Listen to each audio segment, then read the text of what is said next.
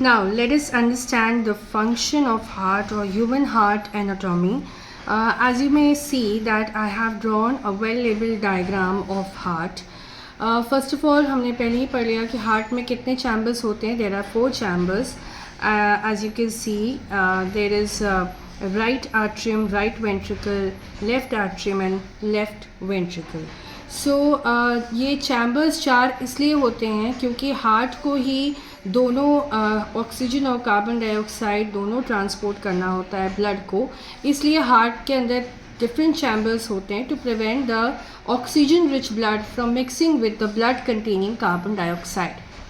अब carbon dioxide rich blood जो है it has to reach the lungs for the carbon dioxide to be removed and the oxygenated blood from the lungs has to be brought back to the heart. ठीक है, जो हमारा carbon dioxide rich blood था उसे lungs तक पहुंचना ज़रूरी है ताकि जो कार्बन डाइऑक्साइड है वो लंग्स से बाहर निकल सके. ठीक है, और जो ऑक्सीजनेटेड ब्लड है वो लंग्स तक पहुंचना, वो लंग्स से बाहर निकलना ज़रूरी है ताकि वो हार्ट तक पहुंच जाए. And then the oxygen rich blood is transported to the rest of the body. Now let's understand the mechanism. जो ऑक्सीजन रिच ब्लड है या ऑक्सीजनेटेड ब्लड है that comes from the lungs to the thin walled upper chamber of the heart on the left, that is left atrium. ठीक है, तो oxygenated blood आपका कहाँ से आता है? It comes through the pulmonary veins, वो पल्मोनरी वेन्स से आता है and it comes from the lungs to the left chamber of the heart और left atrium. Okay, now this left atrium relaxes when it is collecting this blood. It then contracts, ये contract करता है while the next chamber that is left ventricle उस blood को receive करता है. ठीक है, तो ये फर्दर ये contract करेगा और ये relax करेगा क्योंकि इसे अपने अंदर oxygenated blood लेना है. I have mentioned the red and blue sketch to differentiate, where the red is the oxygenated blood and the blue is the deoxygenated blood or carbon dioxide rich blood. So first step is कि pulmonary vein से oxygenated blood आता है left atrium में और left atrium उसको contract करके कहाँ भेजता है? लेफ्ट ventricle में. ठीक है, अब ये जो मस्कुलर लेफ्ट वेंट्रिकल है ये फिर कॉन्ट्रैक्ट करता है and the blood is then pumped out to the body. और ये बॉडी में किससे जाता है? हमारे आउटा से जाता है. ठीक है, तो ये लेफ्ट वेंट्रिकल से जाता है और आउटा के थ्रू हमारे बॉडी में सप्लाई होता है. ठीक है, so aorta is the artery जो कि इस ब्लड को throughout our body supply करता है. ठीक है, now the deoxygenated blood comes from the body to the upper chamber on the right atrium. Please ignore, I have written by mistake left atrium, it is right atrium.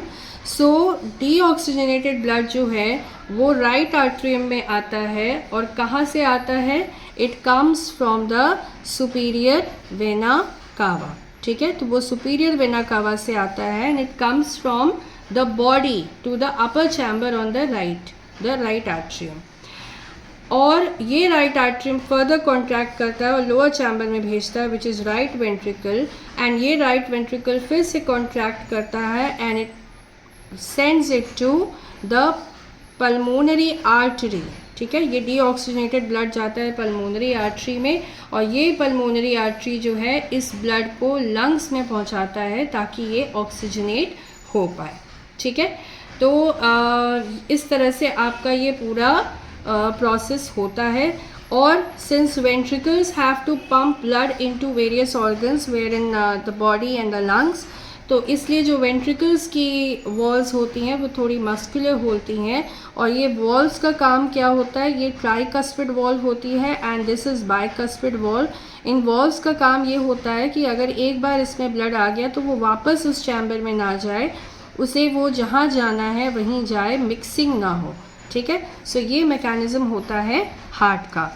Again हम revise कर लेते हैं quickly. जो pulmonary veins होती हैं ये oxygenated blood लाती हैं कहाँ से? लंग्स से, और लंग्स से लाती हैं लेफ्ट आर्ट्रियम में, लेफ्ट आर्ट्रियम से आता है ये लेफ्ट वेंट्रिकल में, लेफ्ट वेंट्रिकल से जाता है ये to all parts of the body through aorta and the deoxygenated blood comes from superior vena cava to the right atrium, and from here it goes to right ventricle to be transported to the lungs for oxygenation through pulmonary artery.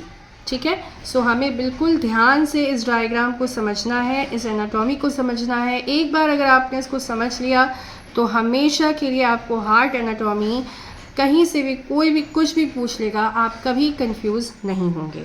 Okay.